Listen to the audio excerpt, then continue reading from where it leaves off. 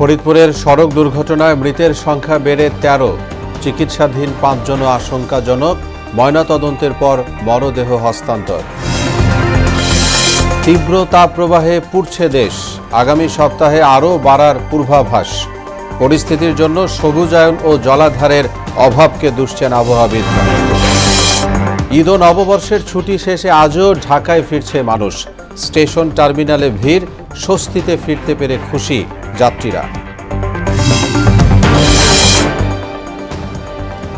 এবং নদী ভাঙনে বরিশালবাসী সর্বশান্ত হলেও নেই কার্যকর প্রতিরোধ ব্যবস্থা, অনিয়ম অব্যবস্থাপনায় ভেস্তে যায় সরকারি উদ্যোগ।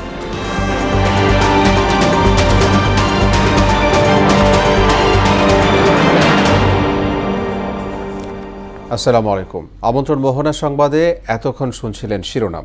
আপনাদের সঙ্গে আছি মোহাম্মদ ওয়ারিউল্লাহ। এবার বিস্তারিত। ফরিদপুরে বাস পিকআপ ভ্যানের মুখোমুখি সংঘর্ষে মৃতের সংখ্যা বেড়ে ১৩ জনে দাঁড়িয়েছে। ঘটনাস্থলে ১১ জন মারা গেলেও পরে হাসপাতালে চিকিৎসাধীন অবস্থায় আরও ২ জনের মৃত্যু হয়। এরই মধ্যে একই পরিবারের ৪ জন রয়েছে। সকাল ৮টার দিকে ঢাকা খুলনা মহাসড়কে ফরিদপুরের কানাইপুরের দিকনগর এলাকায় এ দুর্ঘটনা ঘটে। এ সময় গুরুতর আহত হয় আরও ৭ জন।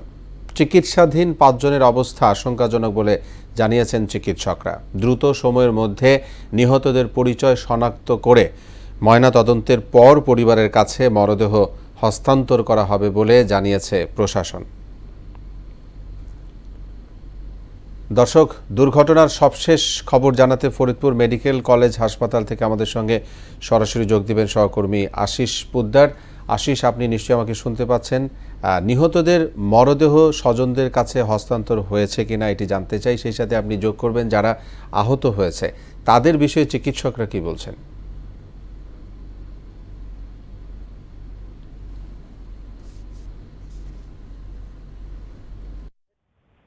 সকাল ৮টা নাগাদ ফরিদপুর ঢাকা খুলনা মহাসড়কে ফরিদপুর সদরের কানাইপুর দিকনগরে একটি বাস এবং পিকআপের মুখোমুখি সংঘর্ষে ঘটনাস্থলে ১১ জন নিহত হয় এবং ৭ জন আহত হয়। আহতদের দ্রুত fire service Faridpur medical college এবং মেডিকেল কলেজের হাসপাতালে এনে ভর্তি করে চিকিৎসাধীন অবস্থায় আরও ২ জন মারা যায়।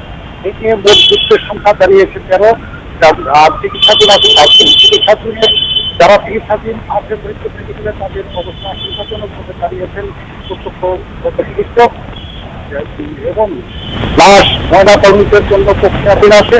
ময়নাতদন্ত শেষে নিহতদের পরিচয় শনাক্ত করে যার যার স্বজনদের কাছে লাশ তুলে দেওয়া হবে। এর মধ্যে একই পরিবারের ৪ জন নিহত হয়েছে। তারা হলো আলফারাঙ্গা এজেড খান উচ্চ বিদ্যালয়ের পরীক্ষারের মা, তার ভাই, বোন এবং মেয়ে, এই ৪ জন একই পরিবারের। এই কিতাবটি আপনার কিতাবটিতে যারা ছিল তারা ম্যাক্সিমামই গোলবাড়ি উপজেলার শিকর ইউনিয়নের বাসিন্দা বলে জানিয়েছেন আমাদের ঘটনাস্থল থেকে পুলিশ। তো ইতিমধ্যেই আপনার ঘটনাস্থল পরিদর্শন করেছেন ফরিদপুরের জেলা প্রশাসক এবং পুলিশ সুপার এবং তারা আহতদেরও হাসপাতালে এসে সুস্থ নিয়েছেন। এই ছিল আমার কাছে সড়ক দুর্ঘটনার সর্বশেষ।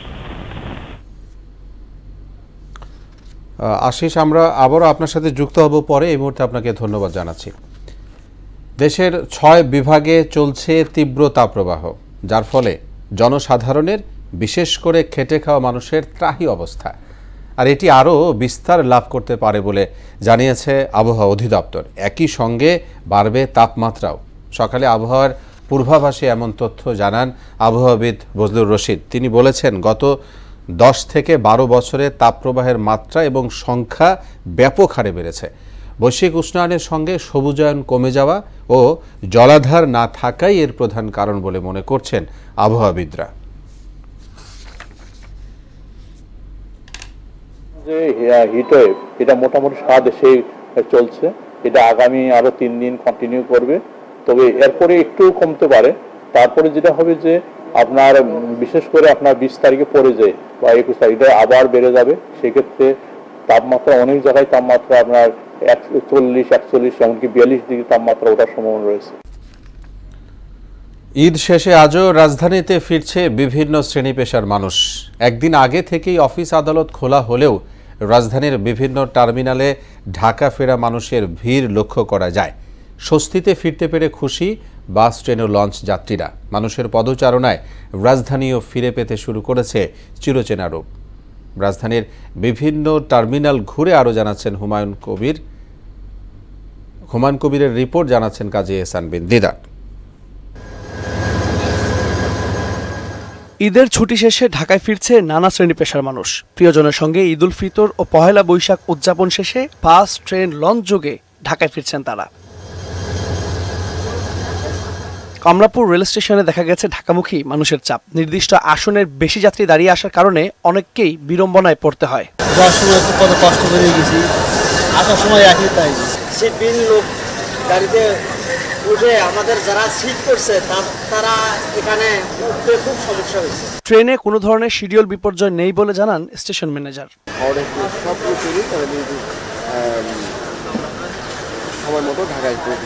এদিকে ফিরতি যাত্রায় রাস্তাঘাট ফাঁকা থাকায় বাস যাত্রীরা নির্বিঘ্নে ঢাকায় ফিরছেন।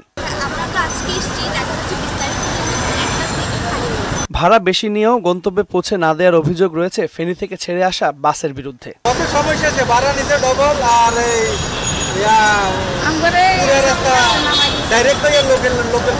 তবে স্টার লাইন বাস কাউন্টার কর্তৃপক্ষ বলছে ঢাকা ছাড়ার যাত্রী কম হলেও আসার যাত্রীর সংখ্যা অনেক বেশি।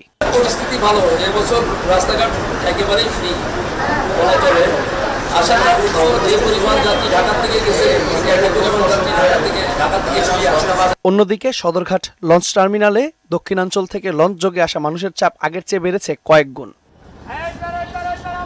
তবে ভাড়া বেশি না নিলেও লঞ্চে অতিরিক্ত যাত্রী নেওয়ার অভিযোগ করেন অনেকেই। ঢাকামুখী মানুষের নিরাপত্তা নিশ্চিতে রাজধানীতে আইনশৃঙ্খলা বাহিনী সতর্ক অবস্থানে রয়েছে। কাজী এহসান বিন দিদার, মোহনা সংবাদ, ঢাকা। দর্শক, রাজধানীতে ফেরা মানুষের খবর জানাতে গাবতলী বাস টার্মিনাল থেকে সরাসরি যুক্ত হচ্ছেন সহকর্মী হুমায়ুন কবির। হুমায়ুন, আপনি রয়েছেন সেখানে, দেখছেন কেমন দেখছেন ঢাকায় ফেরা যাত্রীদের অবস্থা, আপনার কাছে জানতে চাই।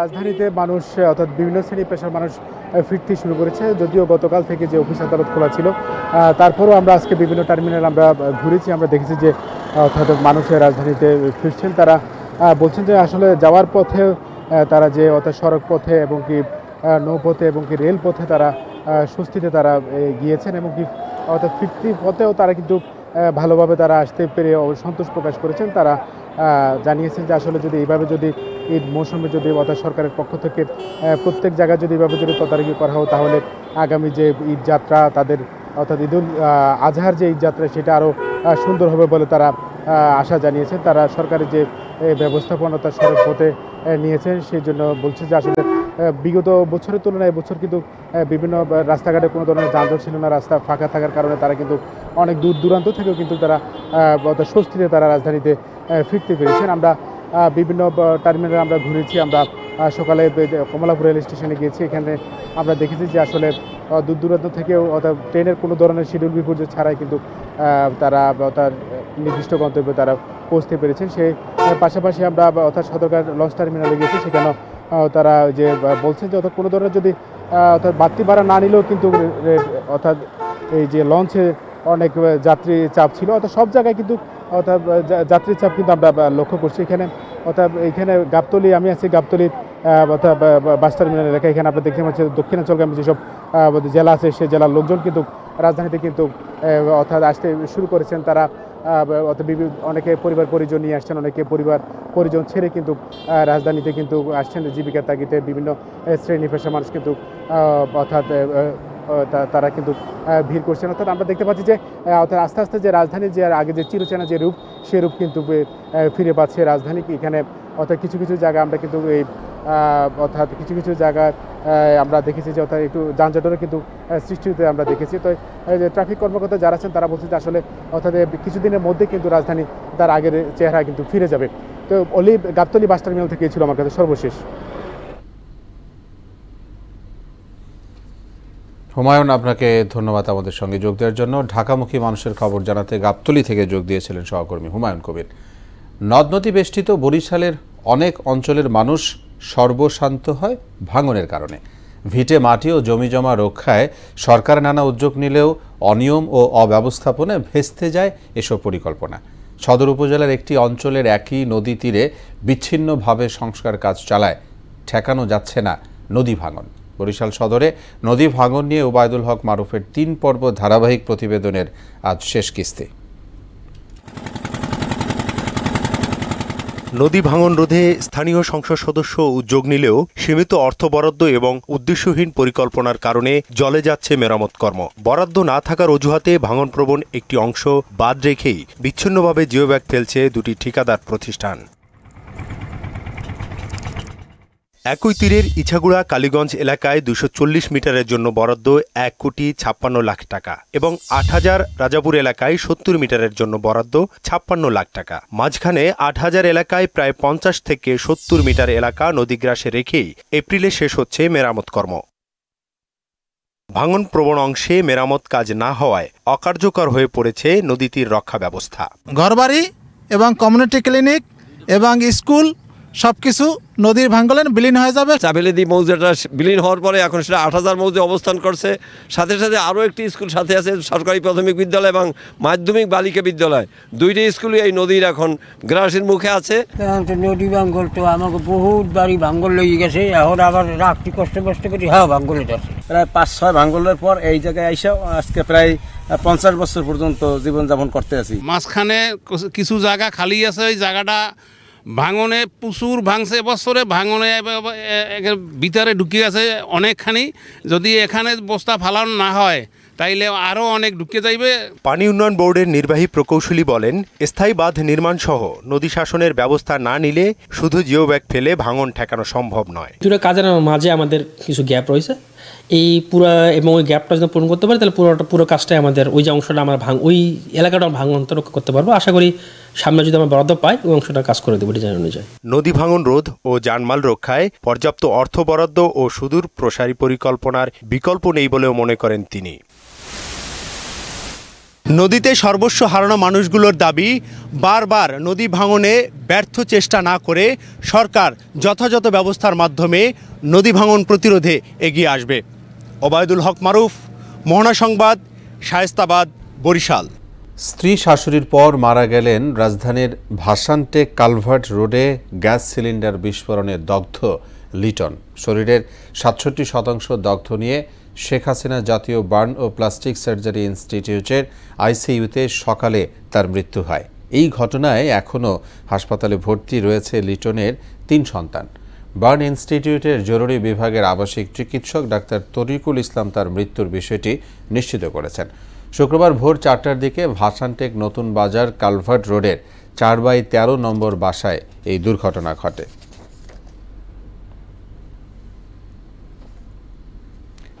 ১৭ এপ্রিল ঐতিহাসিক মুজিবনগর দিবস। স্বাধীন বাংলাদেশের প্রথম সরকার শপথ গ্রহণ করে মেহেরপুরের তৎকালীন বৈদ্যনাথতলায়। ইতিহাসের সাক্ষী এই স্থানটিকে গুরুত্ব দিয়ে সরকার এখানে গড়ে তুলেছে মুক্তিযুদ্ধ বিষয়ক নানা স্থাপনা। প্রতি বছর জমকালো আয়োজনে মুজিবনগর দিবস পালিত হয়। এবারও রয়েছে নানা অনুষ্ঠানমালা। ইতোমধ্যে সব প্রস্তুতি শেষ করেছে জেলা প্রশাসন। মেহেরপুর থেকে ফারুক আহমেদের তথ্যে তানজিদ ভূঁইয়ার রিপোর্ট। ১৯৭১ সালের ১৭ এপ্রিল স্বাধীন বাংলাদেশের প্রথম সরকার মেহেরপুর জেলার তৎকালীন বৈদ্যনাথতলা বর্তমান মুজিবনগর আম্রকাননে শপথ গ্রহণ করে। তাই বাঙালির জাতীয় জীবনে দিনটি স্মরণীয়। সুষ্ঠু সুন্দর পরিবেশে দিবসটি উদযাপনের জন্য ঐতিহাসিক আম্রকানন ও মুজিবনগর স্মৃতি কমপ্লেক্সের চারপাশ পরিষ্কার পরিচ্ছন্ন সহ সব প্রস্তুতি নেওয়া হয়েছে। এদিকে মুজিবনগরের স্মৃতিসৌধ বিশাল মানচিত্রে ৯ মাসের যুদ্ধের প্রতিটি দৃশ্যই ভাস্কর্যের মাধ্যমে ফুটিয়ে তোলা হয়েছে। পাশেই বঙ্গবন্ধুর ৭ই মার্চের ভাষণ, আনসার সদস্যদের গার্ড ও বর্ডার প্রধানের দৃশ্য, পাকিস্তানি বাহিনীর আত্মসমর্পণ, সেক্টর কমান্ডারদের বৈঠক সহ বিভিন্ন সময়ে পাকিস্তান বাহিনীর নির্যাতনের দৃশ্য তৈরি করা হয়েছে। দেশের বাইরে থেকে যে পর্যটকরা আসে তারা সঠিক ইতিহাসটা বাংলাদেশের জানতে পারে। গুণীমানীদের ভাস্কর্যের রংগুলো করে আমাদের ভিতরের অনুভূতিটা অনেক সুন্দর। মুজিবনগর সরকারকে গার্ড অফ অনার প্রদানকারী 12 আনসার সদস্যকে রাষ্ট্রীয় সম্মাননা দেওয়ার দাবি জানান স্থানীয়রা। প্রধানমন্ত্রী এখানে কমপ্লেক্স নির্মাণ করার জন্য উনি একটা ওয়াদা দিল। নদীনগরবাসী দীর্ঘদিনের দাবিগুলা, রেল লাইন, চেকপোস্ট, এগুলা কতদিনের ভিতর বাস্তবায়ন হবে। নিরাপত্তার জন্য মূল মঞ্চে বিভিন্ন সুইপিং, আর্চওয়ে, গেট ও সিসিটিভি ক্যামেরা বসানো হয়েছে। গাছে রং করা, ঝোপঝাড় পরিষ্কার পরিচ্ছন্ন করা, তারপর রেস্ট হাউস রেডি রাখা, কারণ আপনারা জানেন অনেক ভিআইপি আগের দিনে এসে এখানে অবস্থান করবে। নিরাপত্তার জন্য মূল মঞ্চে বিভিন্ন সুইপিং বলেন, নিরাপত্তার জন্য আর্চওয়ে গেট বসানো এবং close circuit camera monitoring system আনার চেষ্টা করছি। মুজিবনগর দিবস পালনের জন্য সব প্রস্তুতি নেয়ার কথাও জানান জনপ্রশাসন মন্ত্রী। ব্যাপক মানুষের একটা মিলন মেলাই পরিণত হয় 17 এপ্রিল। তো আমরা জেলা আওয়ামী লীগের পক্ষ থেকে আমাদের ব্যাপক প্রস্তুতি আছে। ঐতিহাসিক মুজিবনগর দিবস যথাযোগ্য মর্যাদায় পালনের জন্য সবার সহযোগিতা চাওয়া হয়েছে আয়োজকদের পক্ষ থেকে। তানজিদ ভুইয়া, মোহনা সংবাদ। রাজধানীর 60 খেলার মাঠই বেদখল। গেল 22 বছরে অর্ধশত মাঠ নগরীর বুক থেকে হারিয়ে গেছে। বর্তমানে নগরীতে উন্মুক্ত মাঠের সংখ্যা মাত্র 24টি। এর মধ্যে সরকারি প্রতিষ্ঠানের দখলে আছে 7 খেলার মাঠ, আর উন্মুক্ত থাকা মাঠের মাত্র 18 ব্যবহার করতে পারছেন ঢাকাবাসী। সব মিলিয়ে খেলার মাঠের অভাবে অনেকটাই ঘর কোনো দিন কাটাচ্ছে শিশু কিশোর, এমনকি বয়স্করাও। রাজু আলাউদ্দিনের বিশেষ প্রতিবেদন। 22 বছর আগেও রাজধানী ঢাকার উন্মুক্ত মাঠের সংখ্যা ছিল কম করে হলেও 150টি। বর্তমানে তা নেমে এসেছে 24টিরও নিচে। রাজধানী ঢাকার বিভিন্ন উন্নয়নের কাজের সঙ্গে কমছে শিশুদের খেলার মাঠ। অধিকাংশ মাঠ সংস্করণ হলেও নানাভাবে দখলের কারণে খেলাধুলা থেকে বঞ্চিত হচ্ছে শিশুরা। এর মধ্যে নির্মাণ সামগ্রীও ফেলে কয়েকটি মাঠ দখল করে রেখেছে প্রভাবশালীরা। খেলাধুলা আর শারীরিক চর্চার অভাবে এলাকার শিশু কিশোররা ভুগছে মানসিক অবসাদে, ফলে আসক্ত বাড়ছে মোবাইল গেমে। এখন বাচ্চারা এমন হয়েছে, মোবাইলটাই আসক্ত হয়েছে বেশি, মোবাইলে ওরা বেশি চলছে, গেমে ওরা গেম হয়ে যাচ্ছে। মাঠেই তো নাই গা, মাঠ থাকবে কইতে গা, মাঠ যদি থাকতো তাহলে পোলাপান কয়েকজন দেখা যেত। কোনো জায়গায় খেলতে গেলে খেলার জায়গা পাই না, রাস্তায় খেলা লাগে ব্যাট বল। আমাদের গল্লিতে খেললে আবার মানে স্থানীয় হেরা গালাগালি করে। মাঠ দখল হয়ে যাওয়ায় হতাশ জানিয়েছেন অভিভাবকরাও। পুরো বাংলাদেশেই যেভাবে মাঠগুলো দখলে বাড়িঘর হচ্ছে, এতে বাচ্চা কাচ্চার মেধা বিকাশে আমাদের সমস্যা হচ্ছে। যখন আমরা পড়ালেখা করছি তখন আমাদের মাঠগুলি বড় ছিল, আমাদের পড়ালেখার জন্য আমাদের বলতে হয় না, আমরা খেলার ভিতরে ব্যায়ামের সম্পর্কটা কেটে নিয়েছি। পর্যাপ্ত খেলার মাঠ বা উন্মুক্ত স্থান না থাকায় ভবিষ্যৎ প্রজন্মের শারীরিক মানসিক বিকাশ ব্যাহত হচ্ছে। কেবল শিশু কিশোর নয়, নির্বিঘ্নে হাঁটাহাঁটি করতে না পারাই বয়স্কদের মধ্যে ভর করছে বিষণ্ণতার। বর্তমানে মানুষের বাড়ি গাড়ি মানে লোভের কারণে বাচ্চাদের দিকে নজর না রাখা দিন দিন মাঠগুলারে দখল করে নিয়ে যাচ্ছে। সরকারিভাবে বা সিটি কর্পোরেশন যদি খেলার মাঠের সুব্যবস্থা করে, শিক্ষার্থীরা বিভিন্ন শিক্ষা প্রতিষ্ঠানের সংলগ্ন খেলার মাঠের সুব্যবস্থা করলে শিক্ষার্থীরা খেলাধুলা অংশগ্রহণ করতে পারবে। রাজধানী উন্নয়ন কর্তৃপক্ষের জরিপ বলছে 2 সিটিতে যেখানে 1876 একর খেলার মাঠ থাকার কথা, সেখানে আছে মাত্র 294 একর। বিশ্ব স্বাস্থ্য সংস্থার মতে যে কোনো শহরে প্রতিটি ব্যক্তির জন্য প্রায় 9 বর্গমিটার খোলা জায়গার প্রয়োজন, অথচ ঢাকা শহরে এর পরিমাণ ব্যক্তিভেদে 1 বর্গমিটারেরও কম। রাজু আলাউদ্দিন, মোহনা সংবাদ, ঢাকা। এই ছিল এখনকার মতো সংবাদ। শেষ করব তার আগে শিরোনামগুলো জানাবো আরো একবার। ফরিদপুরের সড়ক দুর্ঘটনায় মৃতের সংখ্যা বেড়ে 13। চিকিৎসাধীন 5 জনও আশঙ্কাজনক, ময়নাতদন্তের পর মরদেহ হস্তান্তর। তীব্র তাপপ্রবাহে পুড়ছে দেশ, আগামী সপ্তাহে আরও বাড়ার পূর্বাভাস। পরিস্থিতির জন্য সবুজায়ন ও জলাধারের অভাবকে দুষছেন আবহাওয়াবিদরা। ঈদ ও নববর্ষের ছুটি শেষে আজও ঢাকায় ফিরছে মানুষ। স্টেশন টার্মিনালে ভিড়, স্বস্তিতে ফিরতে পেরে খুশি যাত্রীরা। এবং নদী ভাঙনে বরিশালবাসী সর্বশান্ত হলেও নেই কার্যকর প্রতিরোধ ব্যবস্থা। অনিয়ম অব্যবস্থাপনায় ভেস্তে যায় সরকারি উদ্যোগ। সবাইকে আবারও শুভেচ্ছা। পরবর্তী সংবাদ বিকেল 5:30টায় দেখার আমন্ত্রণ রইল। এছাড়া মোহনার সবশেষ খবর জানতে ভিজিট করুন www.mohana.tv। সংবাদ দেখতে পারেন ফেসবুক ও ইউটিউবে। এতক্ষণ সঙ্গে থাকায় ধন্যবাদ সবাইকে।